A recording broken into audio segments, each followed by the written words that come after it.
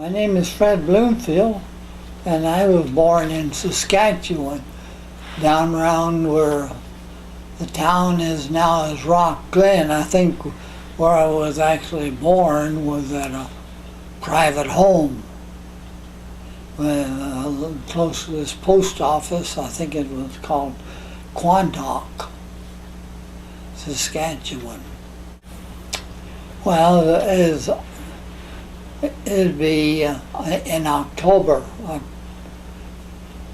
21st, 1918. I had 10 brothers and sisters. I had 4 sisters and I had 6 brothers. I was thrashing the fall of '39, and this is, I think, somewhere around 1st of October. I happened to be home one day, and there was a letter. It came to me and asked me if I would volunteer for service overseas.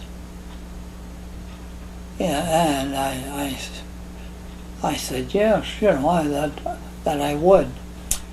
Then there was and I contacted the Army, and the first thing they asked me to come to Red Deer, Alberta.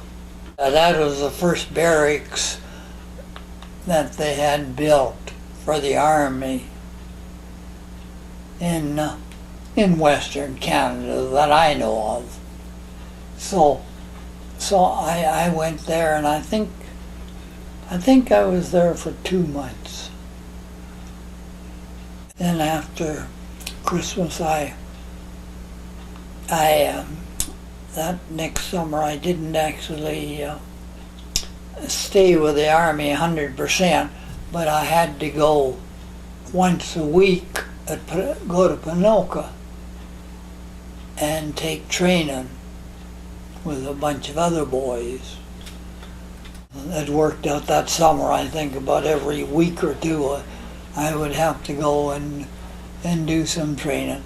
Then that fall, I guess must have been about Christmas time, I joined the Army completely. I went to Calgary. Calgary had their barracks, most of them pretty well built there, and I done 2 months there.